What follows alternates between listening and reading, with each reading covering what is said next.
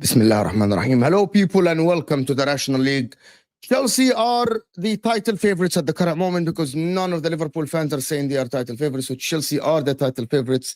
5 wins on the bounce. The longest winning streak now in the Premier League. Man United officially will finish above Manchester City.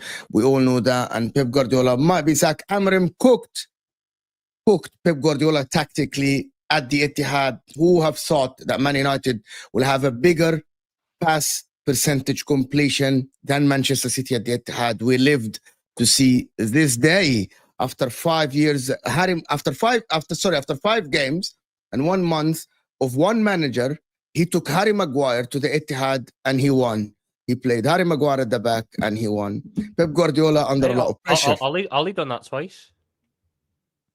After 1 month of managing.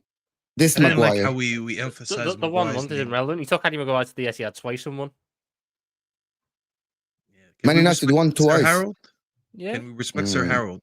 I know. It's early. It's early. But why are we acting like Harry Maguire's a bad defender? He's always been a good defender. He's actually a bad defender. Don't get me started on this. Anyway, Harry Maguire's a good defender. can I finish the intro so you can just run the show? I mean, do you want to finish the intro or should I finish it? No, I'm just gonna say a couple of words. Go on then. Arsenal fans want Arteta out, and Liverpool are feeling the pressure from Chelsea. Sorry, can we just clarify some Arsenal fans? Okay, some Arsenal fans. Of course, I can't generalize. Yeah. But more fans now are turning against Arteta, which is something I've not seen before in the last 2 years. When it's you, Mo, especially you have to be very precise with some of your wording. You do have a reputation of being a corrupt judge on YouTube. So I think all of us has common knowledge when you say on Arsenal fans. I know you don't mean every single fan because I don't think you know every single fan. But sometimes you do have to, be a little bit more precise. Anyway, all what Arsenal had to do, to be honest, is just to be somehow a little bit better or good because Man City are doing fuck all this season. They're fifth. By the end of today, they can be sixth. Can you believe that? So Arsenal had to be good. Liverpool are top of the league, but they have that blip. In the same time, the Arsenal are having a blip. I mean, blip's a strong word. Okay, that's what they wanted. They wanted you to go in a blip so they can win the games. Instead, you were having a blip, and instead of Arsenal winning the game, that Chelsea are closing the gap. Okay, yeah. I wouldn't call what happened was a blip, though. Okay, Tom, seriously, let's go on with the show. If I told you a month ago, if we sat here on the National League a month ago, and we speak with Rory and Dan, and we said Liverpool are going to draw back-to-back games, who's going to close the gap? Everyone would have thought, Arsenal going to run, and they're gonna be closer to Liverpool. But Chelsea are 4 points above Arsenal. Chelsea are 2 points behind Liverpool, with an easier fixture list in the next 3 games. So by the start of January, we can see even Chelsea pulling up way further from Man City and Arsenal, which is something that we have never thought. In this stage of the game, midway through the season, Chelsea can be 6 points above Arsenal, something that we could have never imagined. Is it because Chelsea are doing good? Maybe. But it's sure because Arsenal are not doing what they're supposed to be doing now. That is for sure. It is not because Chelsea are flying and winning every game. No, it's because Arsenal are not doing what they're supposed to do. That's the reality. Arsenal should be, if you talk today, Arsenal should be at least 6 points ahead of where they are now. At least. If not more, I think the thing. If not more, right? If not more. Yeah, the thing that's got Arsenal fans is the fact that this month was seen as the month where they go perfect and they sort of remind everyone that they're serious because they don't leave London for a month. They're playing all the teams in the mid to low half the table, etc., etc. And out of the 3 games they've played, they've dropped points in 2. Exactly. Before guys will go on, before I continue, 5 minutes in the show, we have over 200 people. Guys, hit that like button. If you're watching this now, let's get to 300. My target this live to get 300 likes live. And if you're watching this on the replay, please, the target is to get 400 to 500 likes. It helps the show, it helps the channel. And if you're watching this on the replay, hit that like button. Where do we start, actually? What's we have to start at the Etihad, or we start at Chelsea, how good Chelsea are, or where do we start? I think we can start. We probably should start because Staffy's like not a regular here, so we should guest first manners. I think we should start there. Yes. Yeah. He hasn't had many things to talk about with United this season as well, so he's probably got a lot to say about this. Hey, listen, I have to call out Staffy and the United. Call me out. What did I do? Yeah, on the football terrace, and I want to get, before I get Staffy's take on this, I want to get everyone here watched the game. I actually saw that Man United went to the Etihad and looked better than Man City. Man United looked good, but the Man United fans now are doing the humble thing, which is, no, we were not good. We won the game, but we were not good because they were losing for a deflected cross. I thought, that's my opinion, that Man United went in and had a better plan than Man City, completed better, they had better passing percentage. They almost had 50-50 ball position at the Etihad. Based on all of this, I thought Amrim played a better game than Pep, and Man United looked good. Maybe the personnel, some of the players didn't execute very well, but I thought the plan was good. I thought they had a better game than Man City. Because you said, Staffy, that we didn't even play good. You were not happy with the performances. And I thought, I was watching this and I know that Man United deserves to win. Not only a draw, a win. Yeah, so I can explain that. You guys are doing a humble thing when you're 13, so don't do that. You went to the Etihad and you. No, it's not the humble thing. It's the reality. That's why they're doing the humble thing, because they have it's not really, actually, it's that is a very good. You get gas when you're 13th and you go to the champions and you win. You don't do like fair, we're good, but we won. Come on. If West Ham go to the Etihad, they're not going to start gassing themselves up as being, No, but at least you say we played good that game, Rory. Like, at least I'm not saying they say our team is amazing, but they said we didn't play good. Staffy on the match reaction said, I was not even happy with the performance. And I'm like, I didn't think we played that amazing, no. You're not expected to play amazing. You're expected to play good. Of 1 month under the manager. So here's the point. If I felt that we played City off the park completely, and we were, I wouldn't say that would be flawless, but if I felt like we played a perfect game, I'd be like, wow, today we really deserve to win. Even if the goals were scored late, I think we deserve to win this. I didn't feel that way. I felt like we deserved to win it more than City, but I think that was more on how bad City are compared to how decent we are versus, oh, City were on their level, but we were even better than them. Like, that's how I'm trying to put this together. I don't think it was an amazing game of football. Okay. I think the first half especially wasn't an amazing game, a game of football. I think the second half was a lot better. I'm not taking away the fact that I think that we deserve to win it more than them. If anything, on Friday on the football terrace, when I was making predictions, straight facts, I predicted that Manchester United would be better coached in this game than Man City, because I said, I saw that. And I got called every name under the sun. So it's not. But you were better coached against Arsenal as well at the Etihad, so that is not a surprise. So that's what I'm trying to say. Against Arsenal at the Emirates, sorry. So this is what I'm trying to say. I said ever since Emery stepped a foot in England, which has been about 7 games. I said in those 7 games, 6 at the time, I said Manchester United have been better coached than Manchester City, and that's facts. I don't think there's anything bad. I think that's hard. Manchester City are last in November, so in the league. That's what I'm saying. Exactly, no, but it's not that. You know what it is, Mo? Some people, when they watch football, the average people at least, then they're below Southampton. So surface level, they don't want to say the uncomfortable. Actually, last. It's uncomfortable to say that Manchester United have been better than Man City over the past month or two, because the name Man City is always associated with the amount of trophies that they won over the last few years. But Nobbins is sitting with us right now on this panel, and he will tell you that over the last 10, 11 games, Man City's probably been one of the worst coached teams in all of Europe. And the results actually reflect it. And yesterday when I watched the game, obviously, listen, I watch as many rivals games as I can. And I always say that as you really pay attention more to your team and to every little detail when you're watching your team versus when you watch rivals. So I can watch a Man City game, but I'll be honest, there's moments where I'll get up to get something. I'll be looking at my phone, so I don't really pay attention to every little detail. Getting to watch Man City yesterday, I've honestly not noticed how bad Man City are until I got to see them yesterday versus my team. Because the way they played, I looked at the names, and there was a little bit of a worry in the beginning, because I'm like, you know what, they can turn up on the Etihad. These names versus the performance that I seen, I'm not gonna lie to you. If you just took these big names out and you put some names that I don't know, John Smith and some players I don't know, I wouldn't be surprised. Because that performance that I saw from some of their better players yesterday, the likes of De Bruyne, the likes of Gundogan, the likes of Walker, all these guys that you associated with the glory days over the last few years, they were so bad yesterday. And the fact, by the way, and I'm gonna move on the mic to someone else now. Manchester United yesterday, by the way, had only 18 touches in their box. So we only allowed City 18 touches in our box. That's the lowest in the weekend of all the games. All the games, everyone. No one had less touches. So we were the best team off the ball this weekend. That happened against City in their ground. So no one defended better than us.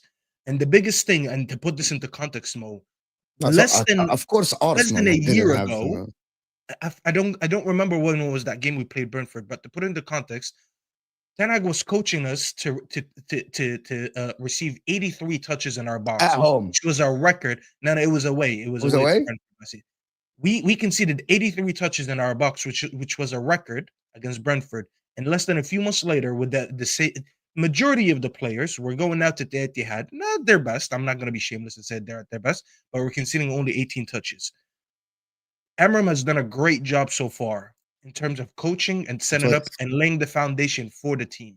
And I don't think people should ignore it anymore. I'll be honest. That's why City should have sacked Pep and got Amram before you got him.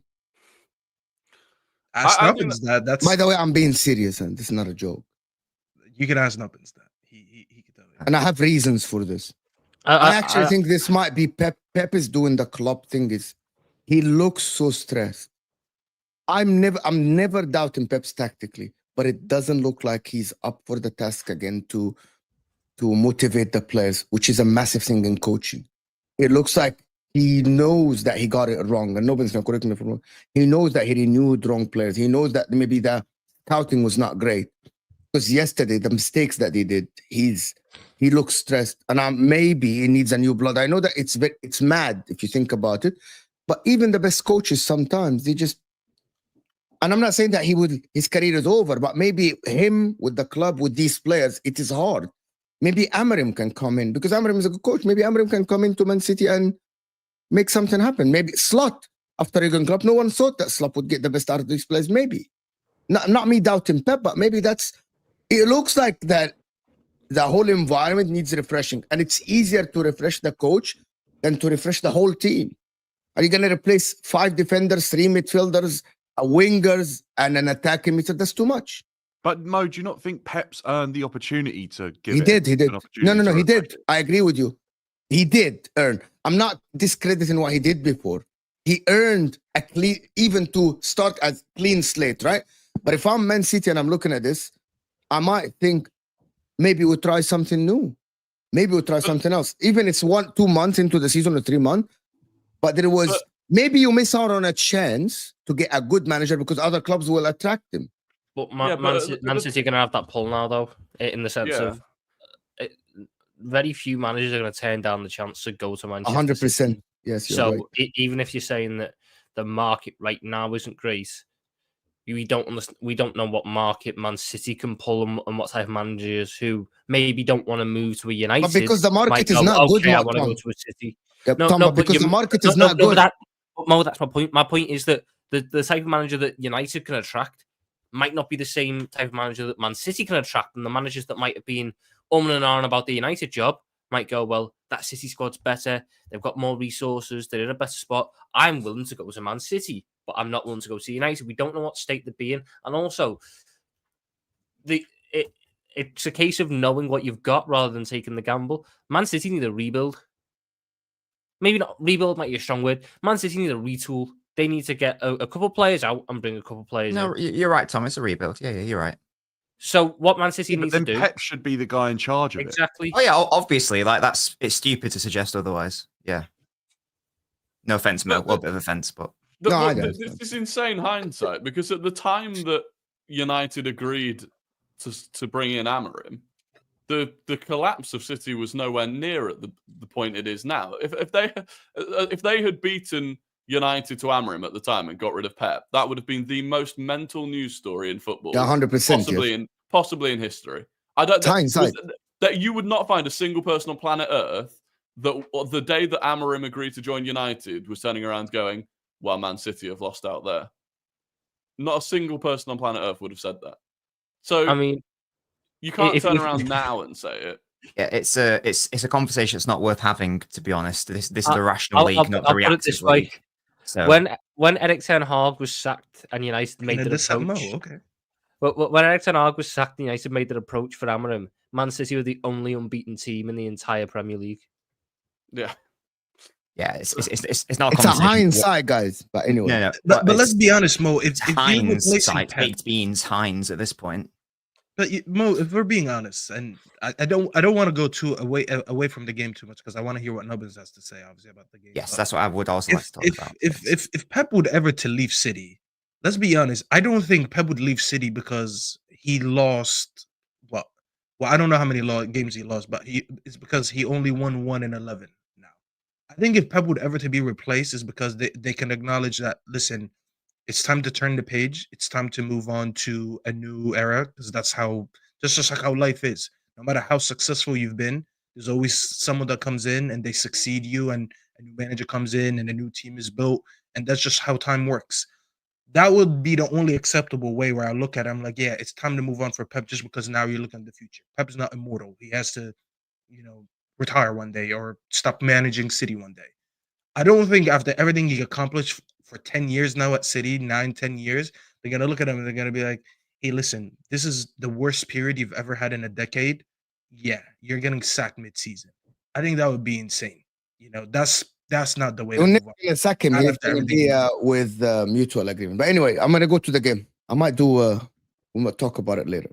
Nobbins, go ahead. Right, if you do, then I demand to be in that conversation. I don't You're think not you gonna- want to watch that. No, Wrong. you probably want to do other things with your family. Yeah, so sorry, Mo, what did you say? The game. Yeah, with the game, yeah. Right. Yes. I agree with a lot of what Staffy said. I think that fundamentally this was just a poor game from a quality perspective. It was very, very poor from both sides, in all honesty. City got the goal. Obviously, I thought City were sort of all right-ish in the first half. I will say that I thought Ahmad played well even before the penalty win and the goal. He just played well. I thought that Mazraoui played very well in the second half. I thought that United's 3 centre-backs were also very good just generally as well. So fair's there, obviously. We got the goal, fortunate deflection, but then you're winning. And so when like Mo, you bring up, possession and pass completion percentage, my issue with that is it doesn't really take into account like game state and like what City's point of view was. Now, whether you agree with this or not is another matter, and I haven't quite decided whether I do agree with it. But City clearly in that second half opted to try to win the game 1-0. That was a clear directive from Pep. For example, in respect of our pressing intensity, the passes per defensive action went down from like allowing 11 passes before a defensive action to 20 from a City perspective.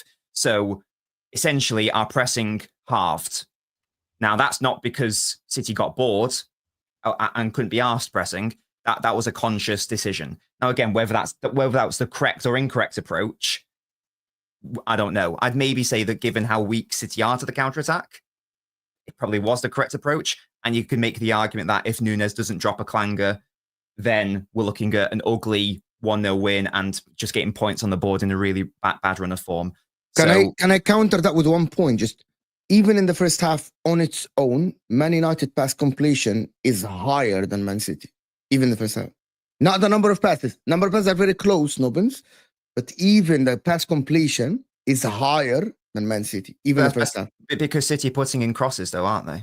And they're trying to score a goal. That's the point I'm trying to make there. In terms of possession as well. Passes in the first half as well, Mo. I don't think a lot of them happen in the final third. I don't have the stats. I'm not talking about the final third, but my point is the confidence. My point about this is that the confidence that Man United are passing the ball around, not knocking it forward and not just doing the long balls. Between passing and possession for the sake of passing and possession isn't there? I think that's what I'm getting at there. I can't think of anything. Again, City were lackluster. Obviously, in the first half offensively, they did ultimately score a goal, but I can't remember United doing anything. Obviously, in the second half, he had a 0 XG in the first half, Nobbins, which is why I'm trying to say that. Right, yeah. He didn't really pass with much intent in the first half. which is why I was a little bit frustrated. We had a lot of the ball. Yes, it's all nice now to see United keeping the ball better than what we did under Ten Hag, but let's just be honest. We couldn't get into dangerous areas. We couldn't make that final pass into one of our attackers in the final third.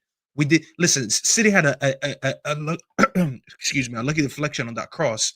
They still had to be in that position to get that cross. We generate 0 XG, which means we barely, I don't remember seeing Ederson in the first half. So the possession stat, I'm not gonna lie, in the first half doesn't really mean much to me. It just probably means that we didn't concede a lot of chances because we were able to keep the ball for large parts of the game. But in terms of being effective with the ball, we didn't really do much with it. Yeah, and then City get the lead, and then from there, it's a different conversation about what happens at halftime. Again, City intentionally dropped off. Again, I'm not saying whether that's right or wrong. I'm just saying that is what happened. And then United had a lot of possession, and outside of our individual errors, which were very poor, obviously, United fans weren't able to create too much in the second half either. So I think maybe a draw probably would have been a fair result overall. But we deserved to lose based on the capitulation towards the end. But it's nothing new. We all know this. This is nothing new. Sometimes you have to win 1-0. Sometimes you have to win ugly. We've won 1-0 once this entire season, and that was against Southampton at home. Southampton are, checks notes, bottom of the Premier League table. So that's irrelevant, to be honest.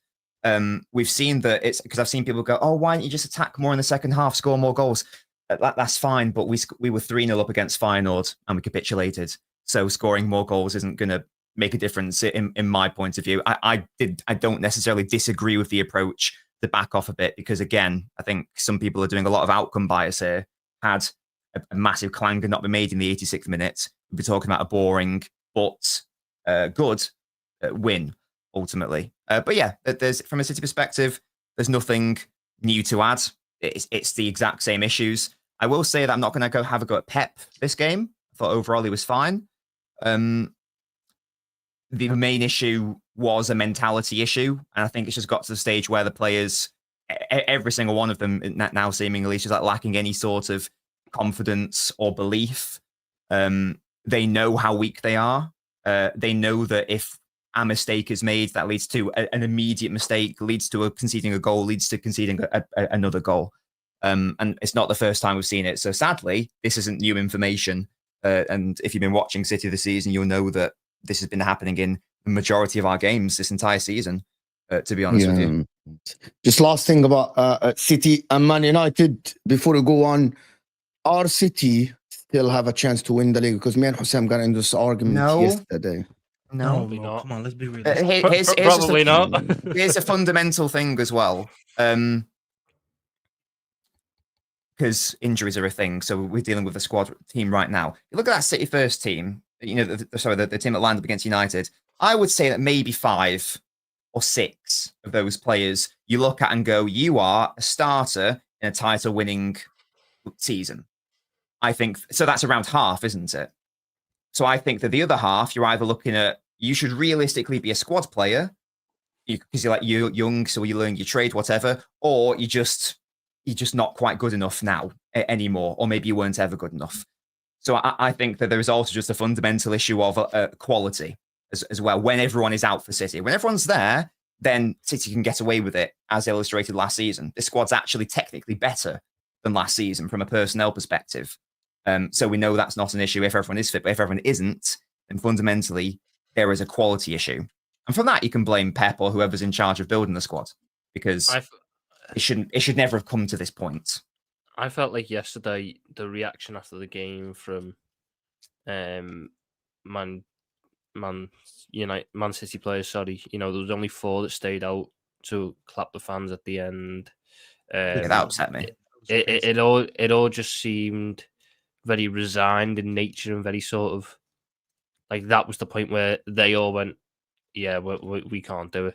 And I think I know Pep didn't say it in his press conference, but the way he was talking, it's kind of like he understands that it's probably not going to happen this season. It's probably too far gone, and I don't know. I don't think City players quite know how to accept that, and I think that's what caused that reaction yesterday. Plus, the manner of the losses recently, like if City were going to get back into it, they wouldn't be losing games in this manner. Yeah, definitely. As I say, there have been there have been tactical issues this season. There have been physicality issues this season. But yesterday it was a mentality issue, which I think has all of those issues. It's like a domino effect, isn't it? One thing happens, and then another, and then another, and it all compounds and the issue gets bigger and bigger and bigger. And now we've come to a point where even if City are playing all right, it just takes a moment, and then they all just capitulate mentally because they know how frail and weak they are generally. And again, they know that if one goal goes in, then another ones might follow, etc. Like it's a stark contrast to a couple of years ago when it was like, we've taken the lead and we're not going to concede. It's the night worrying and day. thing about that as well, I think, is that I think I'm right in saying, other than Rodri, every sort of senior leader was on the pitch at the end, right? Stones, Diaz, Edison, Bernardo. Was De Bruyne still on? Well, I think he substituted him off. De Bruyne gone off? He had to go off. He was can't run anymore. Yeah, but like it's not like before. If you were missing Ruben Diaz and you were missing De Bruyne completely, and you were missing Stones and you were missing, you could say, well, you've lost a lot of the core kind of leadership there. You had all of them bar Rodri, and yet the mentality still seemed kind of as frail as it was. Yeah, and I think that is because of it's at this long line of, I keep saying that every week, is this the new low? Is this the new low? And it keeps getting worse and worse. I'm not going to say it again. It's going to end here. It's going to end today. I'm not saying it again because, we play Villa away next, and there's a good chance that we'll lose that one as well. Yeah. So, totally good. The only solution, ultimately, is to address it in the market.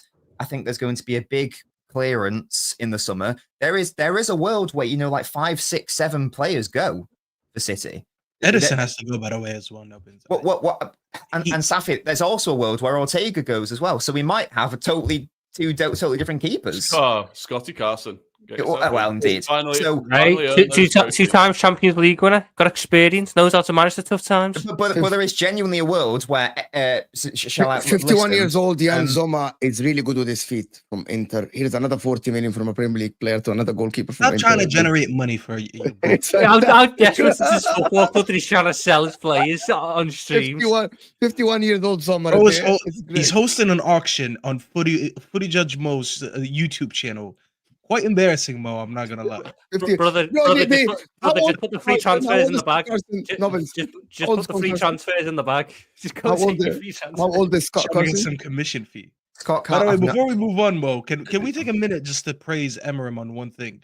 I think we need to praise the fact that he took brave decisions yesterday, which is dropping Rashford, dropping Garnacho, not just dropping him from the 11, actually not even putting them on the bench, and still leaving with the win. And by the way, for the people who don't know, he's the first manager to win his first game against. That's not because of the leaks. They haven't actually announced who was leaking the lineup yet. No, it's not because of the leaks. Actually, okay, so because a lot of people are taking it as one of them is leaking and it's a punishment. No, it's not. Emerim actually came out and said that he. What do you mean, Rory? Because of performances.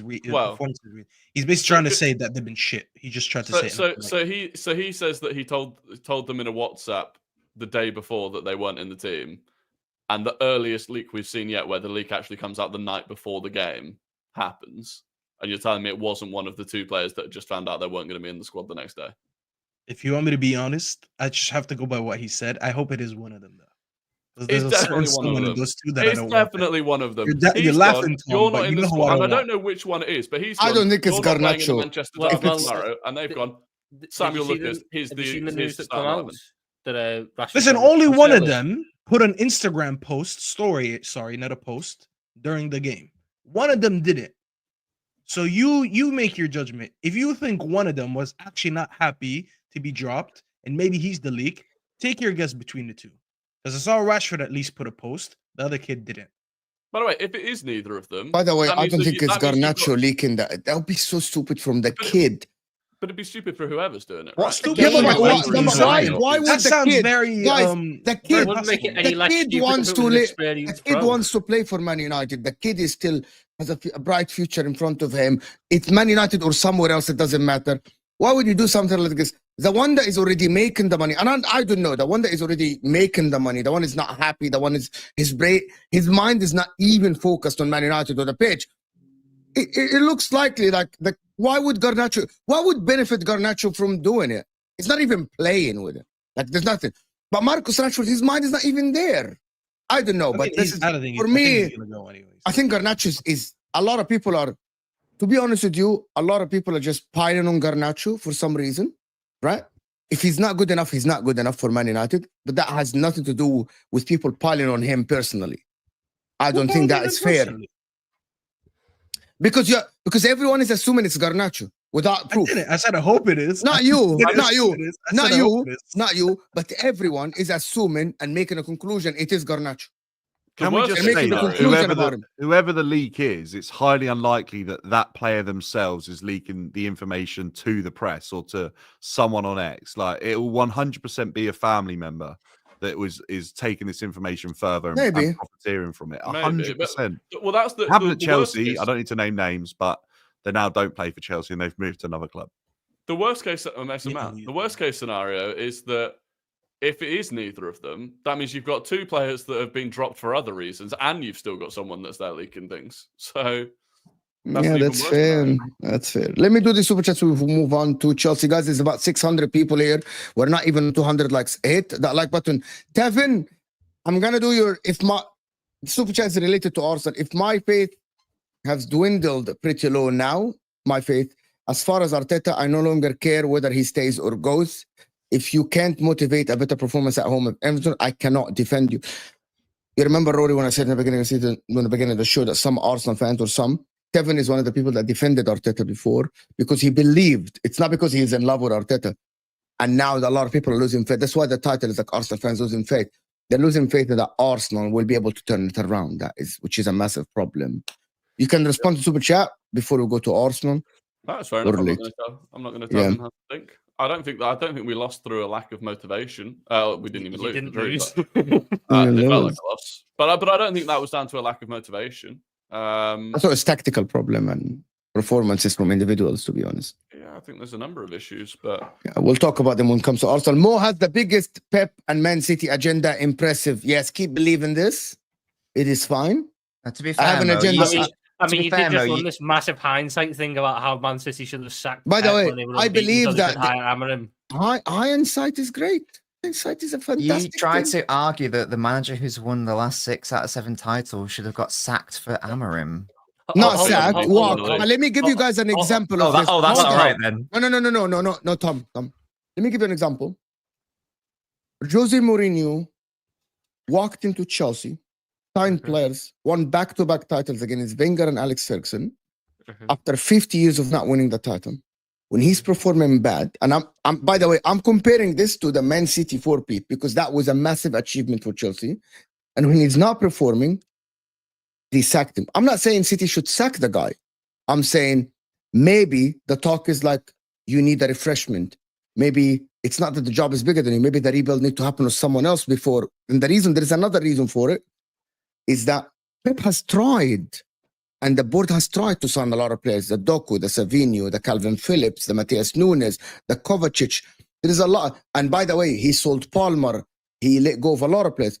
So maybe the rebuild was supposed to happen, and it was happening, and it's not working with him for whatever reason. I don't know. I'm not inside the club. Maybe that's why I think it might be wise to look for a different one. Maybe, by the way, he might turn it around, Nobbins, but he already tried to sign a lot of players, and they're not working.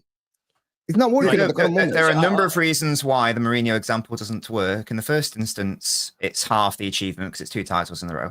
In the second instance, though, Mourinho was it late 2007 that Mourinho left? I don't think he was sacked, actually. I thought it was mutual consent. 2007. November. Yeah. It was Champions League game. Now, look at that Chelsea team and look where they finished in the league and look at what cup competition they got to the final of as well.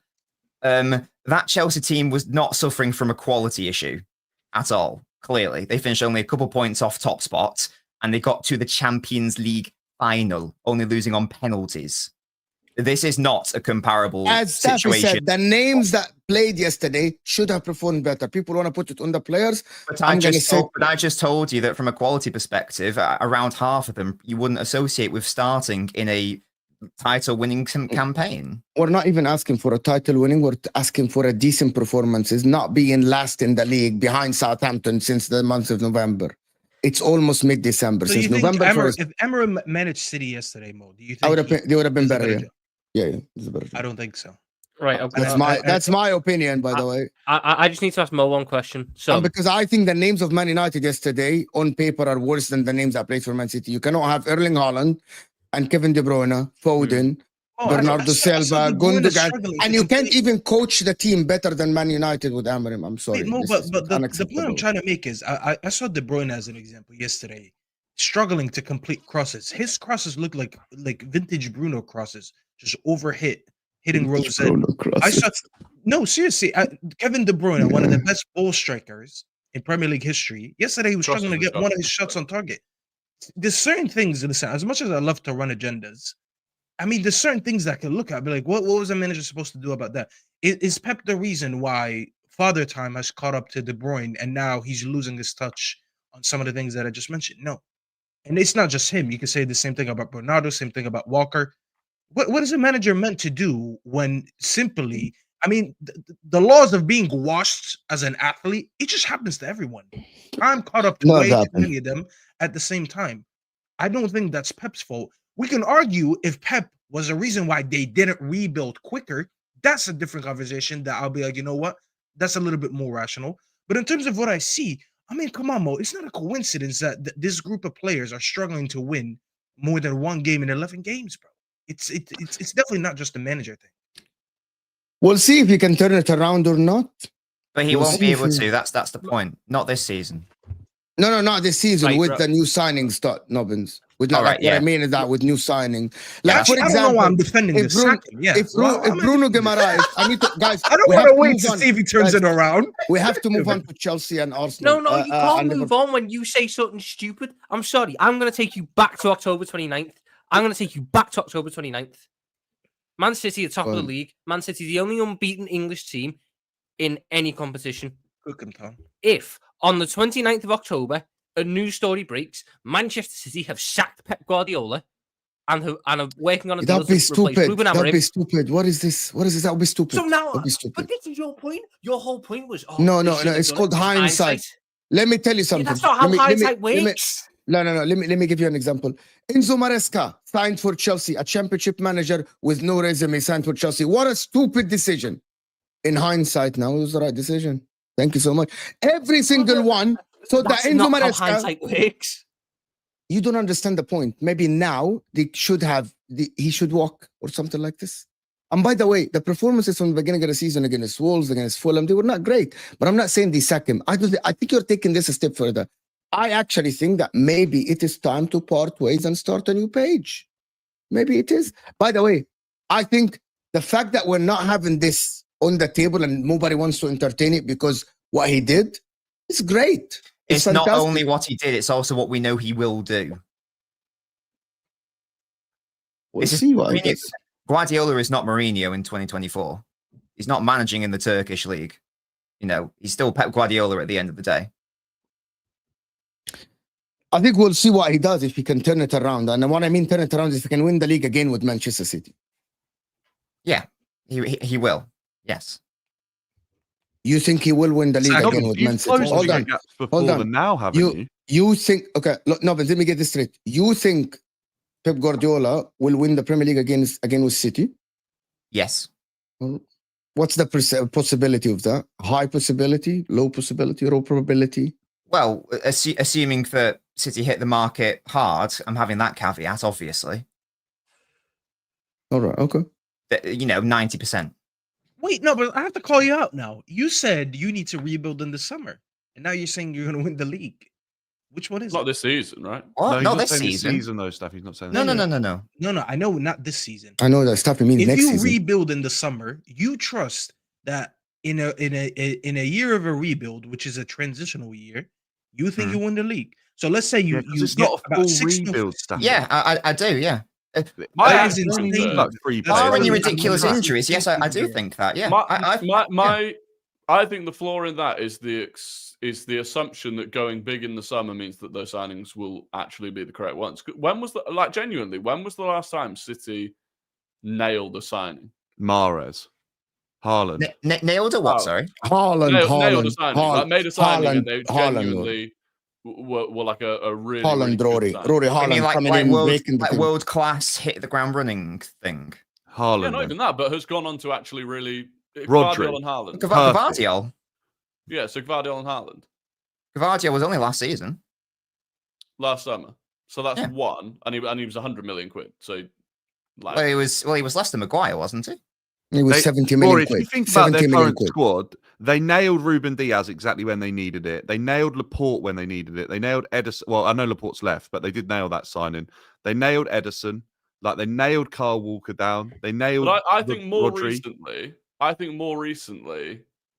it's not been as impressive. Do you not think, Rory? Do you not Which think is that's why we've because come their to this squad- point. I think that's Yeah, the but point. that's because they already had an 11 roughly that was like a clear spine of the team, and they were always looking for a player that was high enough quality to challenge. That's why they were signing the likes of Nunes from Wolves, because they believed he was good enough to close the gap, but not good enough to always be starting. Same with like Kovacic. They knew he wouldn't be good enough to start, but he was a very, very good player to have in the squad. I mean, you also kind of got to consider the role. So, like, if I'm just going through it in my head, Haaland and Alvarez came in the same window. Now, I'd say both of them were successes, despite the fact that they have vastly different stats because of the price they paid and the roles they played. I'd say both of them were fine. 21-22, they only signed Grealish. That's a bad window. But the year after that, they bring in Haaland, they bring in Alvarez. The year after that, they bring in Gvardiol. Doku's, I'm not the biggest fan of Doku, but some City fans seem to think he's great. Some each of their own. Grealish wasn't that bad though, Tom, by the way. Let's be real here. For a while, I know we don't need the whole Grealish debate again, but he was instrumental in them winning a treble. It's the 1 year anniversary of Jack Grealish's last goal. Yeah, I know that, right? But that's the perfect example of hindsight, that you can look at that and go, that wasn't that bad for that period of time, but now it's not looking so great. But for a period of time, Jack Grealish was instrumental to City improving. Okay, absolutely not. If you played left wing in that treble season, they would have won that treble. But let's just not go there again, because this is different. We did that one before. We did that one before. People watched it before, but that's just. I'm just saying. I think if you're only even when they've been adding Guardiola or Haaland, you're adding one or two sort of finishing touches onto a really good squad. I'm not saying it will happen. I'm just saying I think the concern would be you're going to have to it's not going to be you need one signing that works really well in the summer. You need like 4 or 5 signings that work really well simultaneously if Pep's going to win the league next season. Yeah, but they have done that. They have done that before. Which is why it's important to sign at least one of those in Jan. So then you've got 5 months where they can just. So, for example, if we did sign, because it's a name who I like and who we're apparently linked to now, brilliant. Let's say Bruno Guimaraes, for example, we sign in Jan. Now he's got Jan until May to get up. I don't think he needs this time to get up to speed, but just for argument's sake, he's up to speed. Come August, there is no integration process. He is integrated. And maybe another, again, I'd like a right back in Jan as well. He gets into the team as well. Now, all of a sudden, you only need like 2 or 3 players in the summer to do that. One more midfielder, assuming De Bruyne goes, and then maybe another defender if one of Stones or Ake goes as well. So, yeah, but both windows have to be hit. The January has to be hit, and summer has to be hit, of course.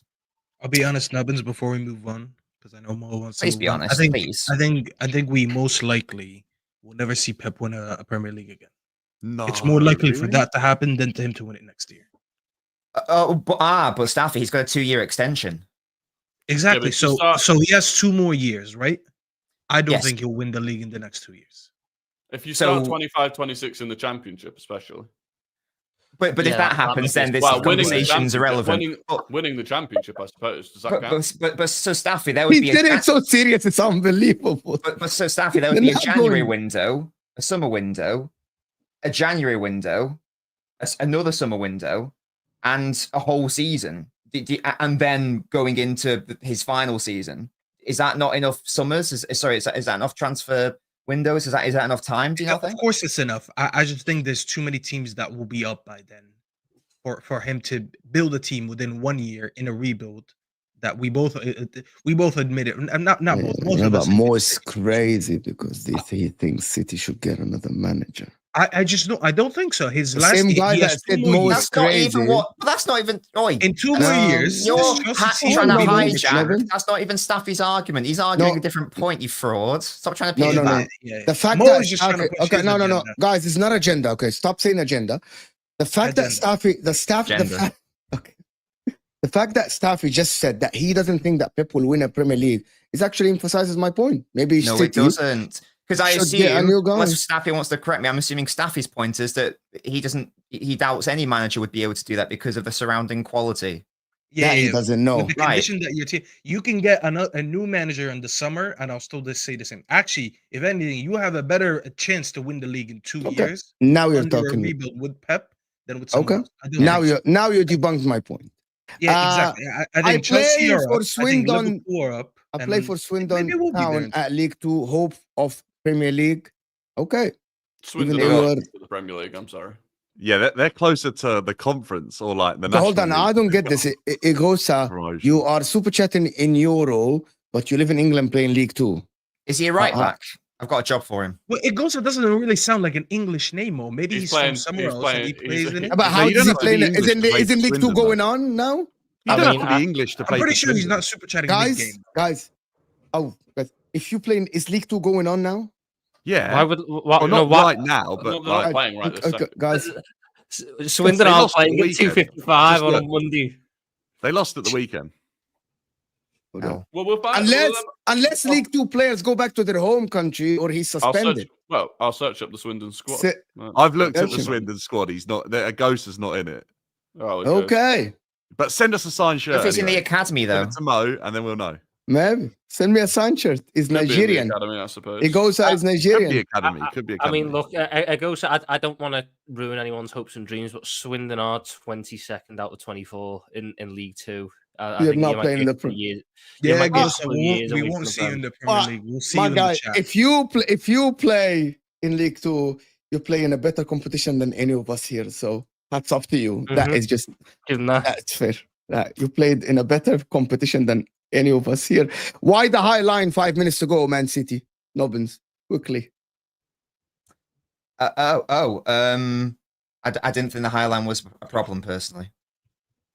Even though Ahmad made that run about 4 times, inside run between the centre To be backs. fair, it was a back pass that led to a goal.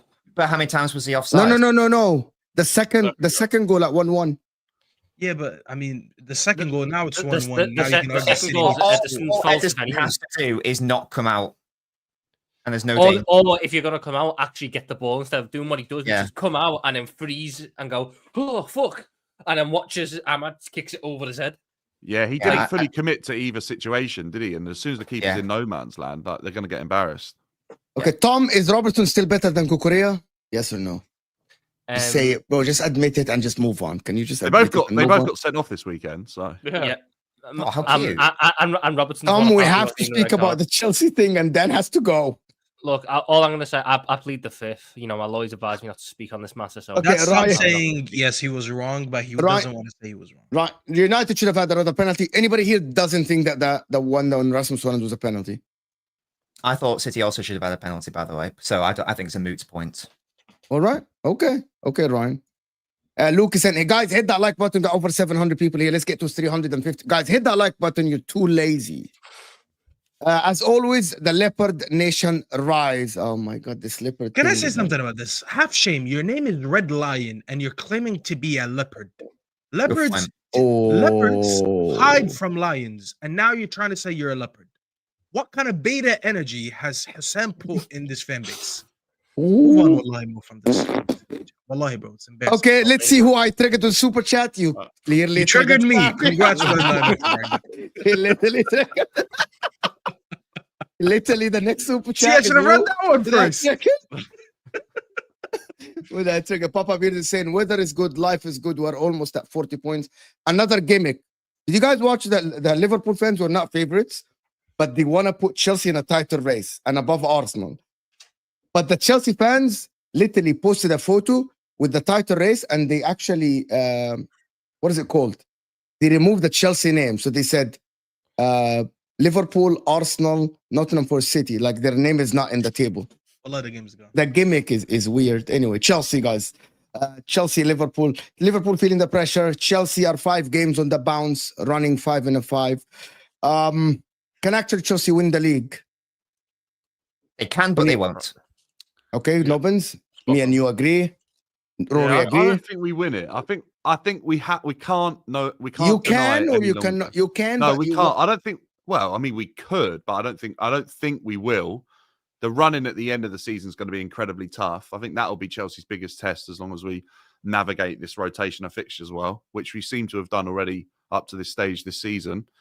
But I think we are in a title race. You can't be where we are in the league, this many points off the top spot without being in the title race. City. But then can I counter this? If you say we can't win it, that means you're not in the title race by definition. No, you can. You can. Ow. No, everyone that raced against Usain Bolt for a few years had no chance of winning it, but they got close. And they're in a race. They were in the race, yeah. Yeah, they're in the race. Mm-hmm, I do definitely think you are. I do definitely think you're benefiting. This, like now, we're at the point where you're definitely benefiting from being able to just rotate as much as you do in the Conference League. Yeah, like our squad looks a lot fitter than the majority of teams we're coming up against, and we're even coming up against teams that are not playing midweek, and we look fitter than them. So yeah, in both ways, I think what the physios and the fitness team are doing away from the pitch is an improvement on last year. We had so many injuries, and I also think the management of a bigger squad is also helping, especially when you see the two teams at Arsenal and City that were arguably predicted to do better than us this season are now struggling because of the injuries they've had, and the slimmer squads is a bit of an issue. I think Chelsea have made a good move there, oversigning the amount of players they have. Okay. Got the job done yesterday. Can't knock them. Type of wins that you need to get if you want to be in the title. Yeah, we were what 5 games we hadn't beaten Brentford in the last 5 games we played them. Mm-hmm. So it's a big win. I know it's Brentford and away from home they're not good, but yeah, that was not a comfortable game either. If anyone's seen it, I know it wasn't on TV. But I mean, fucking Fabio Carvalho, 3 yards out at the bar. Oh my god, I want to strangle the kid. Yeah, but Jackson missed almost an open goal as well with his left. But that's Nicholas Jackson. I can expect that of him. No. It'd be very funny if Chelsea did win the title. I'd enjoy the chaos, to be honest. I sort of hope they do it. It would fuck up a lot of teams. A lot of teams would all of a sudden try and do the Chelsea model of recruitment. I would enjoy the chaos, I think. I'm here for it. I would too. If my team can't win, I just want vibes. So big up Chelsea, you get what I mean? We're third. We're third in terms of like the bookies odds.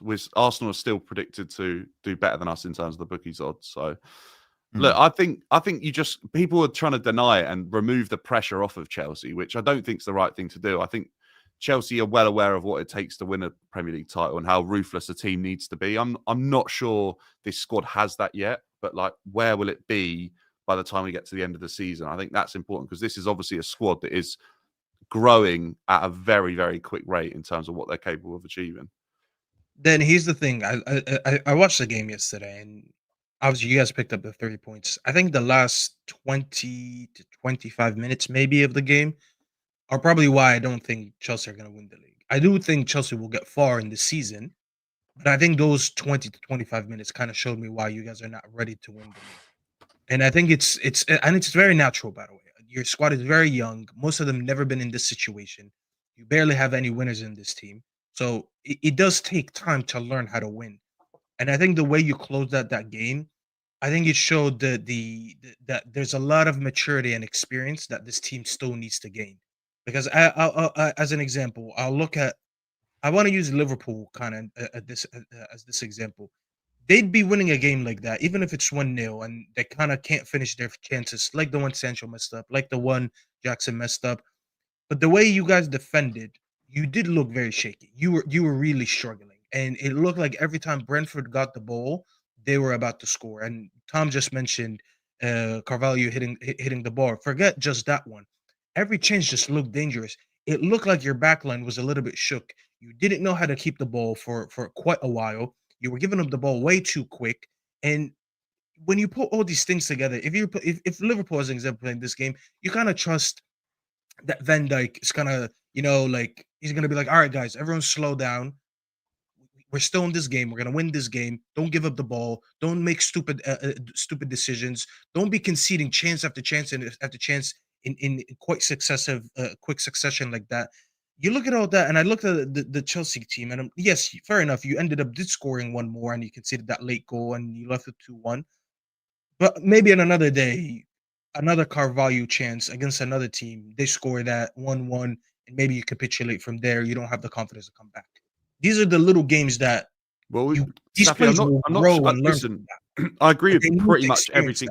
From it. I agree with pretty much everything you've said, but Chelsea went 2-0 down to Spurs and we scored 4 goals. So I don't think capitulation is something this squad has in it anymore. Look, it might do, but from what I've seen, I said maybe. I didn't say I would have guaranteed it, but I said maybe. No, I wouldn't guarantee it either. I think you're right on experience. I think there are chances yesterday for a better team than Brentford to win that game in the dying 20 minutes. Definitely, it was there for the taking. I think that's exactly where people don't seem to understand. They go, Chelsea have got one of the better defenses in the league. What are you on about? The defense is good.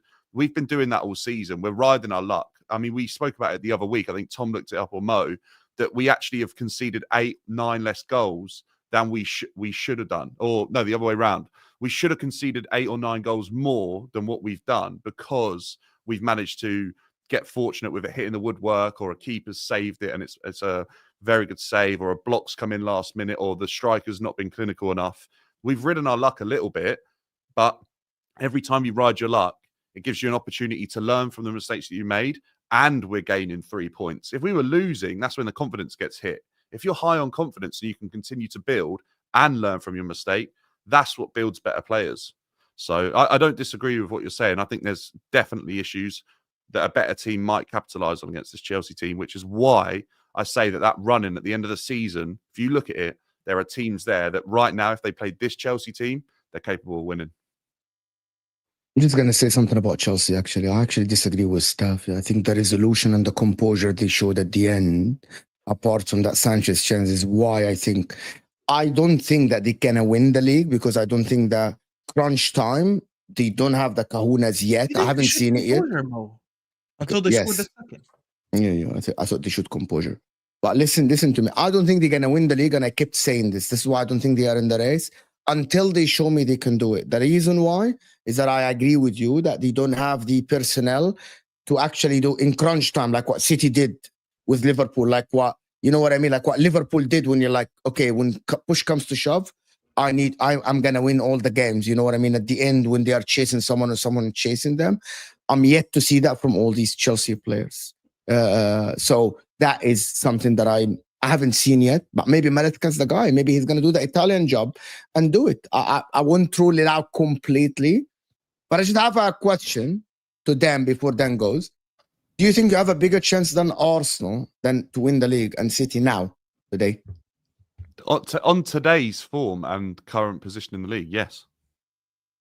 All right. Okay. All right.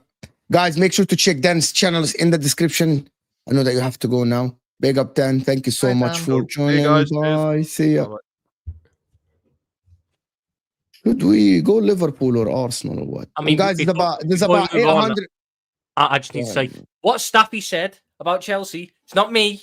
Don't beat me with that stick, Chelsea fans. I didn't say that. I know you've been going at me all weekend. I didn't say Chelsea will fall off. I've said nothing. I was actually quite impressed with Chelsea on Sunday. I thought that it was a really good performance. Did anyone mix up between us, Tom? I think there's quite a difference between us.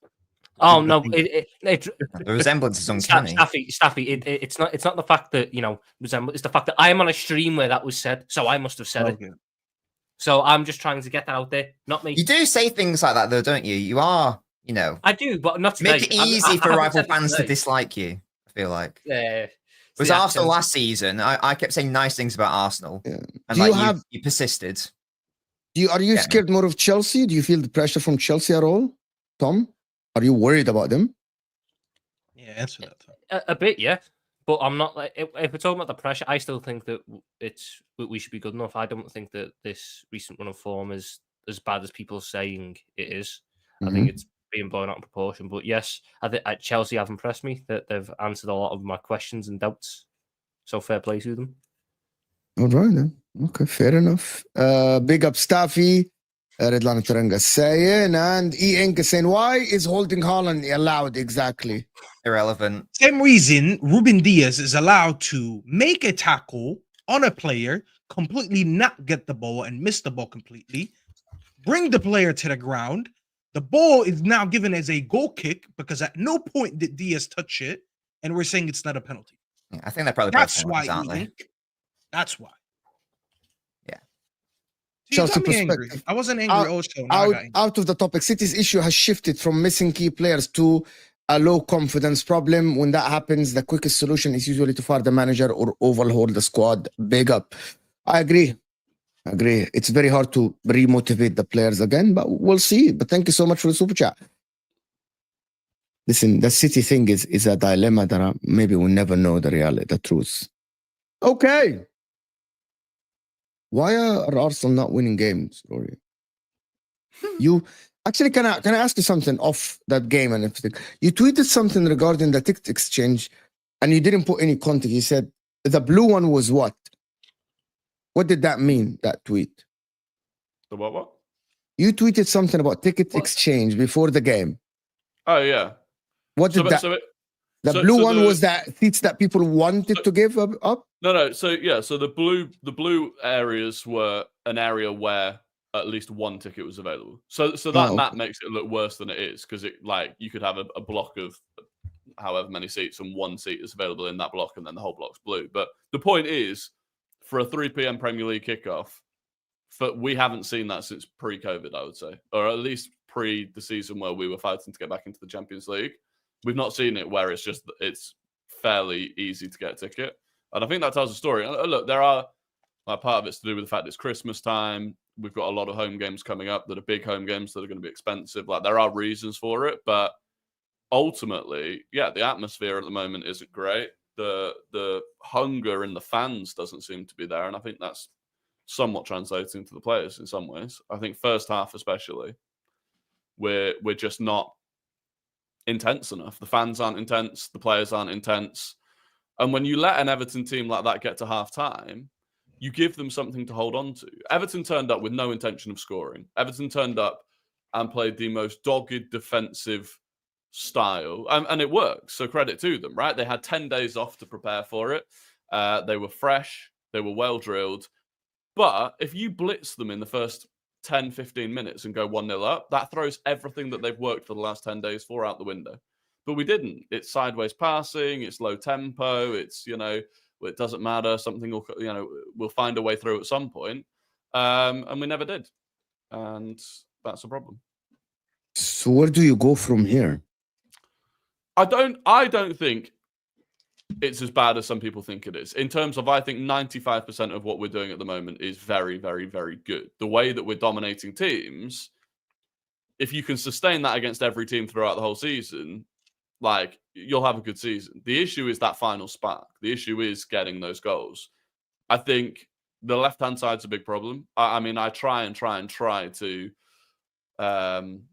keep supporting Martinelli, but it's getting very difficult. The issue we've got is that we're cycling between Martinelli and Trossard, and both of them are off form. They've got, Martinelli's got 1 goal in his last 7 in the Premier League. Can we go back and forth on this Arsenal thing? Dominating Everton was always expected. Everton were always going to go to the Emirates and defend deep and give you the ball. That is not tactical genius or anything that Arteta did. That was always going to happen. I agree. What was not expected is how slow you are. How slow? Not you, Arsenal. I'm calling you Arsenal. Yeah. How Arsenal slow. How the passing was sideways, backwards. No risk was taken the majority of the time. And that is the tough thing. Tactically, I thought Sean Dyche set up the team very well, but also Arsenal should be able to break down Everton with quicker passes, even Amorim did it. And I thought you didn't. Arsenal were, and for some whatever reason, even when Everton got out of their areas, committing 5 players at least, you were slow in the transition.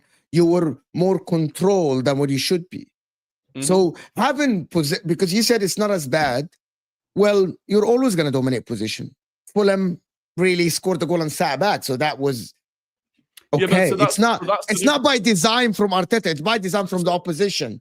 No, but so this is the frustrating thing, because Everton, I agree, it was always going to be the way they were going to play. But like away at Fulham, you look at the way that Fulham set up against us compared to the way they set up against Liverpool.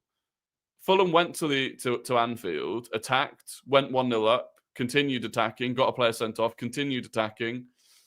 Conceded the equaliser, continued attacking, went 2-1 up, continued attacking, conceded again. Like, against us, they scored their only attack of the game pretty much, and then just sat back and were happy. Even when it went to 1-1 and they were at home, they were still just happy to take the draw. So I do think that Arsenal have got a problem in that it is now seen that the way to beat Arsenal, to get points against Arsenal, is to just sit back and sit as deep as you possibly can in a 4-5-1. And until we start overcoming that, teams will continue to do it. And the more times that you see an Everton get points against Arsenal or a Fulham get points against Arsenal, the more incentive there is for you to do it as well. So I do think, and this is partially on Arteta, and people always confuse, like, you can be critical of Arteta without thinking that he needs to be sacked.